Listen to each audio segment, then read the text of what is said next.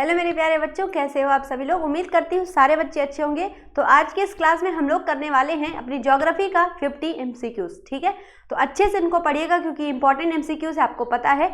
जितने भी क्वेश्चन यहाँ पे मैंने रखे हैं आपके एग्जाम के लिए, वो अनसॉल्व पेपर के जो इंपॉर्टेंट क्वेश्चन हैं वो मैंने आप सभी के लिए रखे हैं। ठीक है भाई, तो चलिए फिर स्टार्ट करते हैं। पहला क्वेश्चन क्या है हमारा, भूमि एक संसाधन है, मतलब भूमि एक कैसा संसाधन है, प्राकृतिक है कि मानव निर्मित है या फिर सौर ऊर्जा से निर्मित है, या फिर आपसे पूछा गया है कि इनमें से कोई नहीं। तो राइट आंसर क्या हो जाएगा कि जो भूमि है बेटा वो क्या है, एक प्राकृतिक संसाधन है। प्राकृतिक क्यों, क्योंकि ये हमें कैसे मिली है, हमको ये जो भूमि है वो कहाँ से मिली है, हमें प्रकृति से ये मिली है। ठीक, option A is the right answer. Next, निम्नलिखित में से एक मिट्टी का प्रकार नहीं है, मतलब इसमें से कौन सा एक ऐसा चीज है जो कि मिट्टी का प्रकार में नहीं आता है। काली मिट्टी, पीली, लेटराइट या फिर सीमेंट। तो भाई काली मिट्टी भी होती है, पीली मिट्टी, लेटराइट मिट्टी, लेकिन सीमेंट क्या है, मिट्टी का प्रकार नहीं है। तो क्या आंसर हो जाएगा, option D is the right answer. एक एक क्वेश्चन का आंसर बहुत ध्यान से करिएगा, अगर आपकी इच्छा है तो क्वेश्चंस को नोट भी कर लीजिएगा। ठीक है भाई, चलिए अगला क्वेश्चन देखेंगे क्या है। नेक्स्ट क्वेश्चन, अगला सवाल है, पृथ्वी सम्मेलन का आयोजन कब हुआ था, 1992, 1972, 1989 या फिर 1998। तो पृथ्वी सम्मेलन का आयोजन कब हुआ था भाई, 1992 में। Option number A is the right answer. Option A क्या होगा हमारे इस क्वेश्चन का सही जवाब होगा। एक एक क्वेश्चन बेटा बहुत ध्यान से पढ़ना और सारे का आंसर करिएगा। जो चीज़ आपको नहीं समझ में आएगी वो आप क्या करेंगे, कॉमेंट बॉक्स में अपना पूछ लेंगे। ठीक है, चलिए अगले सवाल का आंसर दीजिएगा। निम्न में से किस राज्य में काली मिट्टी पाई जाती है, गुजरात, राजस्थान, बिहार या फिर झारखंड। तो काली मिट्टी का दूसरा नाम याद रखिएगा भाई, पूछा जाता है क्वेश्चन में। तो काली मिट्टी का दूसरा नाम क्या है भाई, रेगुर मिट्टी है। दूसरा नाम इसका क्या है, रेगुर मिट्टी है। और काली मिट्टी कहाँ पाई जाती है, गुजरात में पाई जाती है। यदि मान लीजिए गुजरात ऑप्शन में नहीं दिया है, तब उस केसेस में आप क्या करेंगे, गुजरात नहीं है तो आप क्या आंसर करेंगे, महाराष्ट्र आंसर कर देंगे। ठीक है, क्योंकि गुजरात और महाराष्ट्र एक ही जगह पे हैं, थोड़ी आसपास उनके पड़ोसी हैं। ठीक है, मान लो ऑप्शन में गुजरात नहीं है तो आप क्या आंसर कर देंगे, महाराष्ट्र। अगला क्वेश्चन क्या है हमारा, पर्वतों पर मृदा अपर्दन का साधन है, पवन, हिमनद या जल या पशुचारण। तो जो हमारे पर्वत और पहाड़ होते हैं बेटा, वहाँ पर जो हमारे अपर्दन होता है, मृदा अपर्दन का मतलब होता है मिट्टी का कटाव। ठीक है, तो इसके लिए कौन सा साधन है, हिमनद है। ठीक है, option B is the right answer. अगला सवाल क्या है, लाल मिट्टी पाई जाती है कहाँ पे, दक्कन के पठार में, मालवा के प्रदेश में, थार रेगिस्तान में या फिर ब्रह्मपुत्र की घाटी में। तो जो भाई हमारी क्या है, लाल मिट्टी है वो कहाँ पाई जाती है, दक्कन के पठार में। कहाँ, दक्कन के पठार में पाई जाती है। ठीक है, चलिए बताइएगा जरूर कि कितने आंसर आप लोगों ने सही किए हैं। ठीक है ना, चलिए। पंजाब में भूमि निम्नीकरण का मुख्य कारण क्या है, अधिक खेती, वनोन्मूलन, अधिक सिंचाई या अति पशुचारण। तो राइट आंसर क्या हो जाएगा, जो पंजाब है हमारा, देखिए भाई जो पंजाब है वो 5 नदियों का समूह। कौन कौन सी नदियाँ पंजाब में हैं, तो हम लोग इसको याद कैसे करते हैं, ट्रिक से, सब्र, चैन, झेलना, सब्र, चैन, झेलना। तो सा से हो जाएगा यहाँ पे साबरमती, सॉरी सा से हो जाएगा सतलज नदी, है ना, सतलज नदी। पंजाब में 5 नदियों का समूह बनता है। कौन कौन सी 5 नदियां हैं, सतलज, ब्यास, रावी, चेनाब और झेलम। ये 5 नदियों का समूह कहाँ बनता है, हमारे पंजाब में बनता है। और यही 5 नदियों के कारण ही उस पंजाब का नाम क्या है, पंजाब है, क्योंकि 5 नदियों का जो मिलने का समूह है इसे हम लोग पंचनाद बोलते हैं। और इसको हम लोग इसी कारण से, 5 नदियों के कारण ही पंजाब का नाम हम लोग पंजाब रखते हैं। ठीक है, तो ये 5 नदियों को याद करने की ट्रिक थी, सब्र, चैन, झेलना। ठीक है, तो 5 नदियों के नाम याद रखिएगा और आंसर क्या हो जाएगा, अत्यधिक सिंचाई। अगला सवाल बढ़ेंगे, कपास की खेती के लिए उपजाऊ मिट्टी कौन सी है। आप जानते हैं कि जो कपास होता है बेटा वो सबसे ज़्यादा कहाँ पे होती है, गुजरात में की जाती है कपास की खेती। और गुजरात में कौन सी मिट्टी है, काली मिट्टी है। बिल्कुल सही है आप। तो गुजरात जो हमारा कपास है, कपास के लिए कौन सी मिट्टी सबसे ज़्यादा उपजाऊ होगी, काली मिट्टी सबसे ज़्यादा उपजाऊ होगी। ठीक है ना, चलिए अगला सवाल क्या है, सीढ़ीदार या सोपानी खेती किस राज्य में की जाती है। भाई जो भी पर्वतीय क्षेत्र होंगे वहाँ सीढ़ीदार खेती की जाती है। सीढ़ीदार खेती का दूसरा नाम क्या है, सोपानी खेती। हो सकता है बेटा ये ऑप्शन में आपको ये क्वेश्चन में ना मिले, केवल यही प्रश्न बने कि सोपानी खेती किस राज्य में की जाती है। तो आंसर याद रखिएगा क्या होगा, सीढ़ीदार को ही सोपानी बोलते हैं। और आंसर यहाँ पे क्या हो जाएगा, भाई पर्वतीय क्षेत्र में से कौन सा है, उत्तराखंड है। तो राइट आंसर क्या हो जाएगा, ऑप्शन नंबर डी हो जाएगा। बस सरल सा आंसर है। अगला क्वेश्चन बताइएगा, किस राज्य में लाल मिट्टी पाई जाती है, गुजरात, उड़ीसा, पंजाब या फिर यूपी। राइट आंसर क्या हो जाएगा, उड़ीसा में पाई जाती है अपनी लाल मिट्टी, यानी कि ऑप्शन नंबर बी क्या होगा इस क्वेश्चन का करेक्ट आंसर होगा। एजेंडा 21 किससे संबंधित है? तो एजेंडा 21 किससे संबंधित है? ओजोन क्षरण से, वैश्विक तापन से, जलवायु परिवर्तन से या फिर सतत पोषणीय विकास से। तो भाई एजेंडा 21 किससे संबंधित है? सतत पोषणीय विकास से संबंधित है, यानी कि ऑप्शन नंबर क्या होगा? डी हमारे इस क्वेश्चन का करेक्ट आंसर बनेगा। भैया याद रखना, क्योंकि ये वाला जो प्रश्न है ना आपके लिए बहुत ही ज़्यादा इंपॉर्टेंट है बेटा। अगला क्वेश्चन क्या है? प्रथम अंतर्राष्ट्रीय पृथ्वी सम्मेलन किस शहर में हुआ? न्यूयॉर्क में, पेरिस में, रियो डी जेनेरियो में या फिर जेनेवा में? ये वाला भी क्वेश्चन बहुत ज़्यादा इंपॉर्टेंट है, ठीक है। पहला अंतर्राष्ट्रीय पृथ्वी सम्मेलन कहाँ हुआ था? रियो डी जेनेरियो में। अच्छा, थोड़ी देर पहले आपने ये पढ़ा था कि पहली बार पृथ्वी सम्मेलन कब हुआ था? 1992 में हुआ था। और यहाँ पूछा गया है किस जगह पर हुआ? तो रियो डी जेनेरियो में हुआ। तो तुमसे ये पूछा जा सकता है कि 1992 में पृथ्वी सम्मेलन कहाँ पे हुआ था? क्यों? क्योंकि ये पहली बार हुआ था। शहर क्या है? रियो डी जेनेरियो है ना। तो ये वाला क्वेश्चन भी बन सकता है कि 1992 में पृथ्वी सम्मेलन कहाँ हुआ था? तो याद रखिएगा रियो डी जेनेरियो में। और रियो डी जेनेरियो कहाँ पे है बेटा? ब्राजील में है। कहाँ पे ये है? ये ब्राजील में है। ब्राजील कहाँ है? ब्राजील जो है भाई दक्षिण अमेरिका का क्या है? एक बहुत बड़ा देश है ब्राजील। अगर मैं कहूँ पूरे विश्व में गन्ने की खेती सबसे ज़्यादा कहाँ पे होती है? तो सबसे ज़्यादा विश्व में गन्ने की खेती कहाँ पे होती है? ब्राज़ील में ही होती है, समझे। तो सबसे ज़्यादा गन्ने की खेती विश्व में कहाँ होती है? ब्राज़ील में। अगर अपने इंडिया में पूछे तो सबसे ज़्यादा गन्ने की खेती कहाँ पे होती है? उत्तर प्रदेश में होती है। लेकिन सबसे ज़्यादा चीनी का उत्पादन कहाँ होता है? तो महाराष्ट्र आंसर होगा, ना कि यूपी होगा। समझिएगा, सारे क्वेश्चन तीनों क्वेश्चन आंसर आपसे पूछे जाते हैं। नेक्स्ट, सोपानी खेती की जाती है कहाँ? ढाल वाली भूमि पर, मैदानी भूमि पर, मरुस्थलीय भूमि पर या फिर कोई नहीं। तुमने अभी अभी पढ़ा कि सोपानी को हम लोग क्या बोलते हैं? सीढ़ीदार खेती बोलते हैं कि नहीं बोलते हैं। और सीढ़ीदार खेती वहीं की जाएगी जहाँ पे ढाल वाली जमीन होगी। तो राइट आंसर क्या हो जाएगा? ऑप्शन नंबर ए, यानी कि ढाल वाली भूमि पर क्या करते हैं हम लोग? सीढ़ीदार खेती या फिर सोपानी खेती करते हैं। अगला सवाल आपके सामने है, आंसर करिएगा। कौन सा जैव संसाधन है? जैव संसाधन का मतलब इसमें से क्या होगा? जिसमें जीवन होता है, जिसमें जीवन होता है। तो जैव संसाधन कौन सा है? लोहा, तांबा, मत्स्य पालन या फिर चट्टानें। तो भाई ना तो लोहा में जीवन है, ना तो तांबा में है और ना ही चट्टानों में है। तो राइट आंसर क्या होगा? ऑप्शन नंबर सी, मत्स्य पालन, यानी कि मछली पालन। मछली में क्या होता है? जीव होता है कि नहीं होता? तो जीवन होता है। तो ये क्या हो जाएगा? हमारा जैव संसाधन होगा। चलिए अगले क्वेश्चन पे बढ़ेंगे। लेटेराइट मिट्टी किस राज्य में पाई जाती है? राजस्थान, महाराष्ट्र, गुजरात या फिर मध्य प्रदेश? तो लेटेराइट मिट्टी किस राज्य में पाई जाएगी? महाराष्ट्र में सबसे ज़्यादा लेटेराइट मिट्टी पाई जाती है। ऑप्शन नंबर डी क्या होगा? हमारे इस सवाल का सही जवाब होगा। अगला सवाल देखेंगे। जैविक संसाधन में निम्न में से कौन शामिल है? पशु, मनुष्य, वन या फिर सभी? तो जैविक मतलब जीवन वाले संसाधन है ना। तो कौन होगा? पशु भी हो गया, मनुष्य भी होंगे, वन भी होगा। तो राइट आंसर क्या होगा? ऑप्शन नंबर डी क्या होगा? इस सवाल का सही जवाब होगा। समझ गए ना?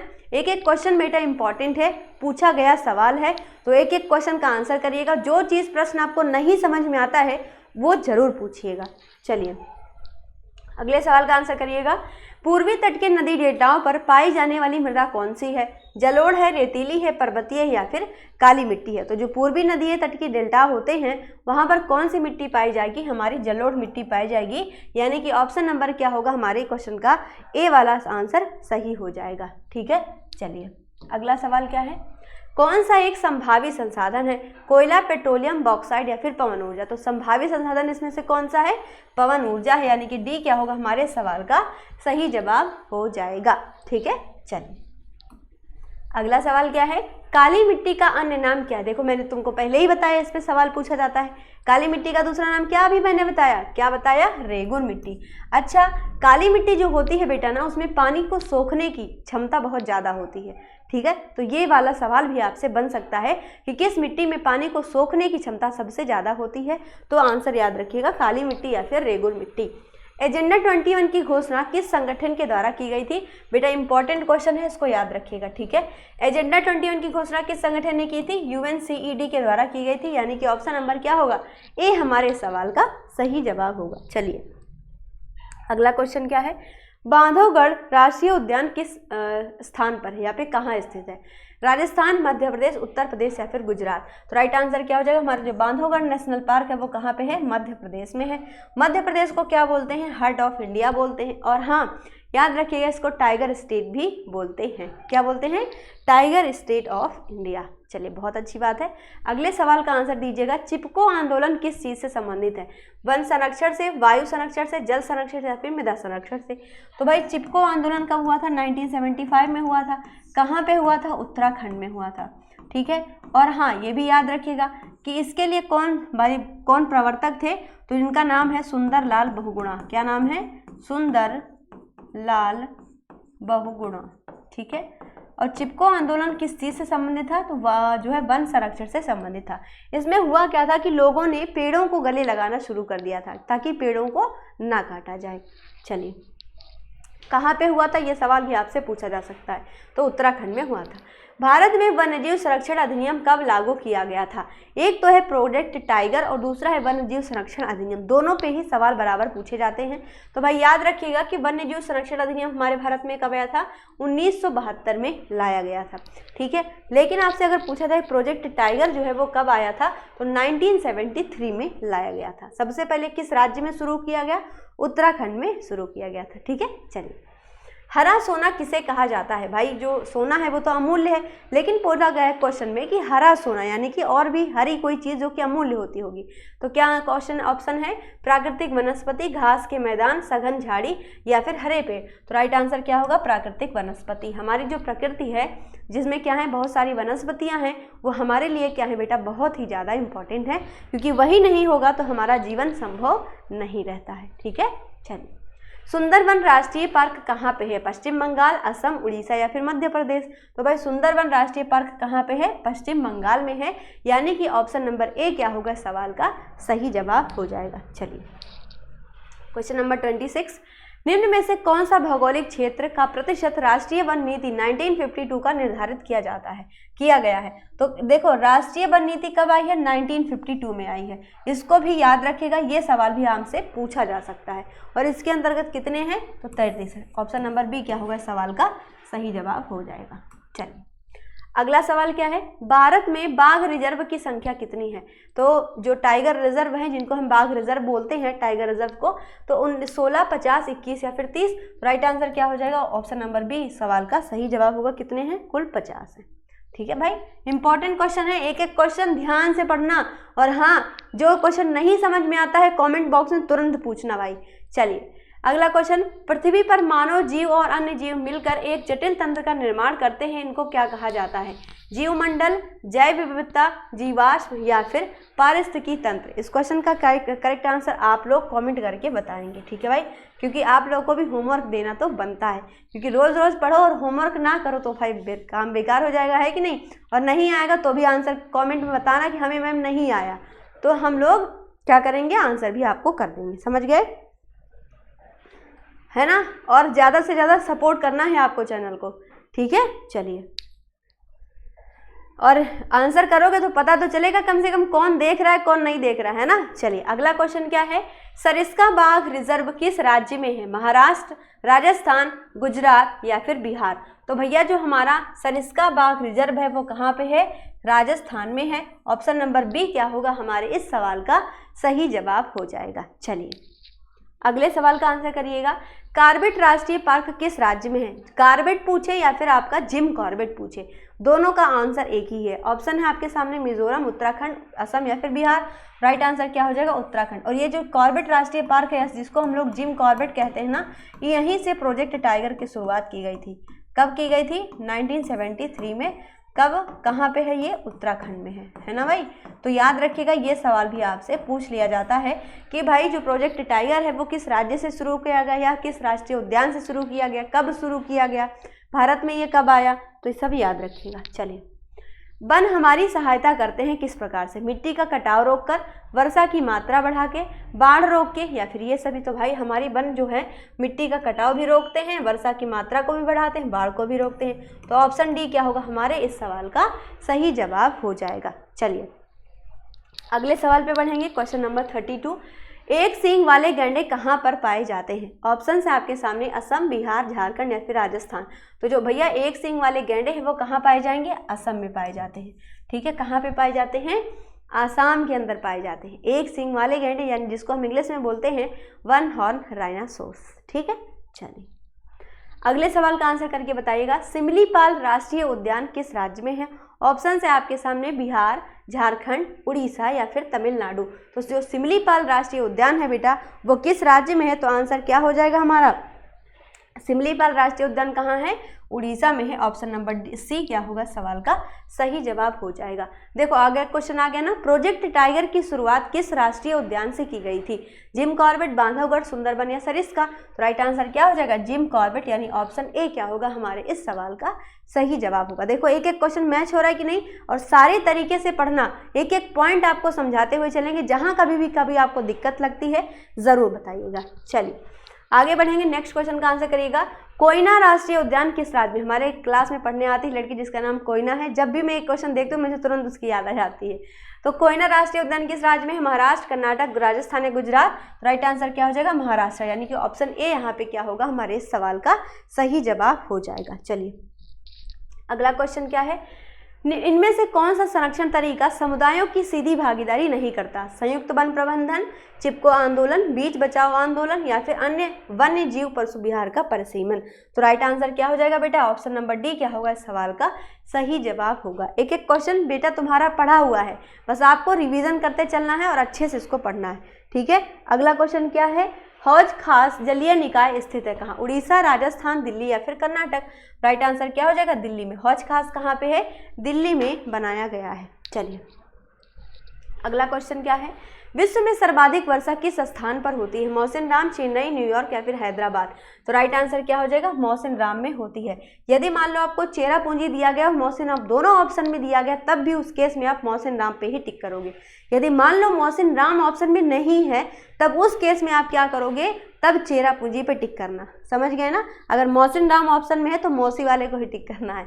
चलिए अगला क्वेश्चन क्या है, भारत की पहली नदी घाटी परियोजना कहाँ पर यानी कि किस नदी पर बनाई गई थी? ऑप्शन है आपके सामने दामोदर, नर्मदा, कोसी या फिर चिनाब? राइट आंसर यहाँ पे क्या हो जाएगा? दामोदर। कहाँ पे? दामोदर पे। कब बनाई गई थी भाई? 1948 में बनाया गया था, यानी कि ऑप्शन क्या होगा? ए इस सवाल का सही जवाब हो जाएगा। अगला क्वेश्चन बढ़ेंगे भाई, नेक्स्ट, टिहरी बांध परियोजना किस राज्य में है? ऑप्शन है आपके सामने उत्तराखंड, पंजाब, गुजरात या फिर मध्य प्रदेश? तो जो टिहरी बांध परियोजना है बेटा वो कहाँ पे है? उत्तराखंड में है। ऑप्शन ए इस सवाल का सही जवाब हो जाएगा। चलिए अगला क्वेश्चन क्या है, बहुउद्देशीय परियोजना को आधुनिक भारत का मंदिर कहा किसने? महात्मा गांधी ने, जवाहरलाल नेहरू ने, विनोबा भावे ने या फिर अन्ना हजारे ने? तो बहुउद्देशीय परियोजना को आधुनिक भारत किसने कहा था? जवाहरलाल नेहरू ने कहा था, आधुनिक भारत का मंदिर कहा था। अगला सवाल, सलाल बांध किस नदी पर बना है? चिनाब, महानदी, सतलज या फिर ऑप्शन है आपके सामने कृष्णा नदी? तो राइट आंसर यहाँ पे होगा सलाल जो बांध है बेटा वो किस नदी पर बना हुआ है? चिनाब नदी पर बना हुआ है, ठीक है। अगर मान लो कोई क्वेश्चन में आपको डाउट है तो ज़रूर आप लोग बताएंगे। अगला सवाल आपके सामने क्या है भैया, जलमंडल का कितना प्रतिशत भाग समुद्री जल के रूप में उपलब्ध है? 95%, 96%, 97.5% या 98%? राइट आंसर क्या हो जाएगा? ऑप्शन नंबर सी इस सवाल का सही जवाब होगा, 97.5%। नेक्स्ट क्वेश्चन, टिहरी बांध परियोजना किस नदी पर है? तो ऑप्शन है आपके सामने गंगा, रामगंगा, गोमती या फिर गंडक? राइट आंसर क्या होगा? गंगा। देखो कभी आपको टिहरी के लिए भागीरथी भी मिल सकता है, क्यों? क्योंकि देखो जो गंगा नदी है ना वो भागीरथी और अलकनंदा दो नदियों से मिलके बनी है। किस नदी से? अलकनंदा और भागीरथी दो नदियां जब आपस में मिलती हैं तब गंगा नदी बनती है, ठीक है। ध्यान से देखना, ये है मान लो भागीरथी नदी, ठीक है, और ये क्या है? अलकनंदा नदी। जब अलकनंदा नदी और भागीरथी नदी ये दोनों नदियां जब आपस में कहाँ मिलती हैं? आपस में कहाँ मिलती हैं ये नदियाँ आपस में मिलती हैं देवप्रयाग में। कहाँ मिलती हैं? देवप्रयाग उत्तराखंड में मिलती हैं। तब आगे दोनों नदियाँ मिलकर एक बन जाती हैं और इस नदी का नाम क्या दे देते हैं हम लोग? गंगा दे देते हैं। क्या नाम देते हैं इनका? गंगा, ठीक है। तो आपसे पूछा जा सकता है कि टिहरी बांध परियोजना, तो ऑप्शन में आपको भागीरथी भी दे सकता है। यदि भागीरथी ऑप्शन में है तो आप भागीरथी पे टिक करेंगे, नहीं है तो गंगा पे टिक कर दीजिएगा, ठीक है। अलकनंदा है तो अलकनंदा पे टिक कर देना। नेक्स्ट क्वेश्चन, राणा प्रताप सागर बांध संबंधित है जल विद्युत से, सौर ऊर्जा से, पवन ऊर्जा से या फिर परमाणु ऊर्जा से? तो जो भाई राणा प्रताप सागर बांध है वो किससे संबंधित है? इस क्वेश्चन का आंसर आप लोग करके बताएंगे, ठीक है। बीच बीच में होमवर्क देना बनता है ना, क्योंकि आप लोग पढ़ चुके हो इसको। चलिए अगले सवाल का आंसर दीजिएगा, विश्व में ताज़ा जल की कुल मात्रा का अनुमान कितना है? 3%, 1.5%, 3.5% या फिर 4%। तो राइट आंसर यहाँ पे क्या हो जाएगा भाई? विश्व में ताज़ा जल की कुल मात्रा कितनी है? 3% है। नेक्स्ट, विश्व की जल की कुल अनुमानित मात्रा महासागरों में है कितनी? 16.5%, 97%, 26.5% या 15%। राइट आंसर क्या होगा? 97%। ऑप्शन बी इस सवाल का सही उत्तर होगा। चलिए अगले क्वेश्चन पे बढ़ेंगे। नेक्स्ट क्वेश्चन क्या है? नर्मदा बचाओ आंदोलन कब हुआ था? तो भाई इसका आंसर क्या हो जाएगा? 1985। कब? 1985 में होगा। ठीक है, option number A is the right answer. अगला क्वेश्चन क्या है? महादायी जल विवाद किन राज्यों के बीच है? गोवा, कर्नाटक, महाराष्ट्र, यूपी, बिहार, राजस्थान, असम, मणिपुर, मेघालय या फिर कोई नहीं। तो भैया जो महादायी जल का विवाद है वो गोवा, कर्नाटक और महाराष्ट्र इन तीनों राज्यों के बीच है। नदी और विवाद में भी आपसे सवाल पूछा जाता है। अच्छा हाँ, जिनको ज्योग्राफी पढ़नी है अच्छे तरीके से, मैंने आपको डिटेल वीडियो बहुत सारी थ्योरी पढ़ाई है, तो जा करके थ्योरी जरूर पढ़िएगा। ठीक है, वहाँ पे सारी हम लोगों ने देखे हुए हैं। अगला क्वेश्चन क्या है? नर्मदा नदी किसकी सहायक नदी है? नर्मदा नदी जो है वो किसकी सहायक नदी है? तो यहाँ राइट आंसर क्या हो जाएगा? इनमें से कोई नहीं। क्यों? क्योंकि जो नर्मदा नदी है बेटा वो किसी की भी सहायक नदी है। और ये जो नर्मदा नदी है ना, ये गुजरात में चलती है, गुजरात में बहती है और ये कहाँ जाती है? पश्चिम की तरफ जाती है। कहाँ जाती है? पश्चिम की तरफ। और आपसे कई बार पूछा जाता है कि पश्चिम की तरफ बहने वाली नदियों के नाम बताइए। तो जो है याद करिएगा ट्रिक से, उसको किस ट्रिक से याद करना है भाई? समानता से, है ना। सा से क्या हो जाएगा अपना? साबरमती। सा से साबरमती, माँ से माही, है ना, ना से नर्मदा हो गया और ता से तापी। ये चार नदियां हैं जो कि कहाँ जाती हैं? पूरब से पश्चिम की तरफ जाती हैं। ठीक है भाई, तो 50 MCQs हम लोगों ने कंप्लीट कर लिया है। यदि आपको कोई भी सवाल में डाउट है तो ज़रूर बताना, और कितने क्वेश्चन इसमें से सही किए ज़रूर बताइए कमेंट बॉक्स में। ठीक है भाई, सेशन अच्छा लगता है तो शेयर और लाइक ज़रूर करिएगा, और चैनल पर पहली बार आए हो तो चैनल को भी सब्सक्राइब करना मत भूलिएगा।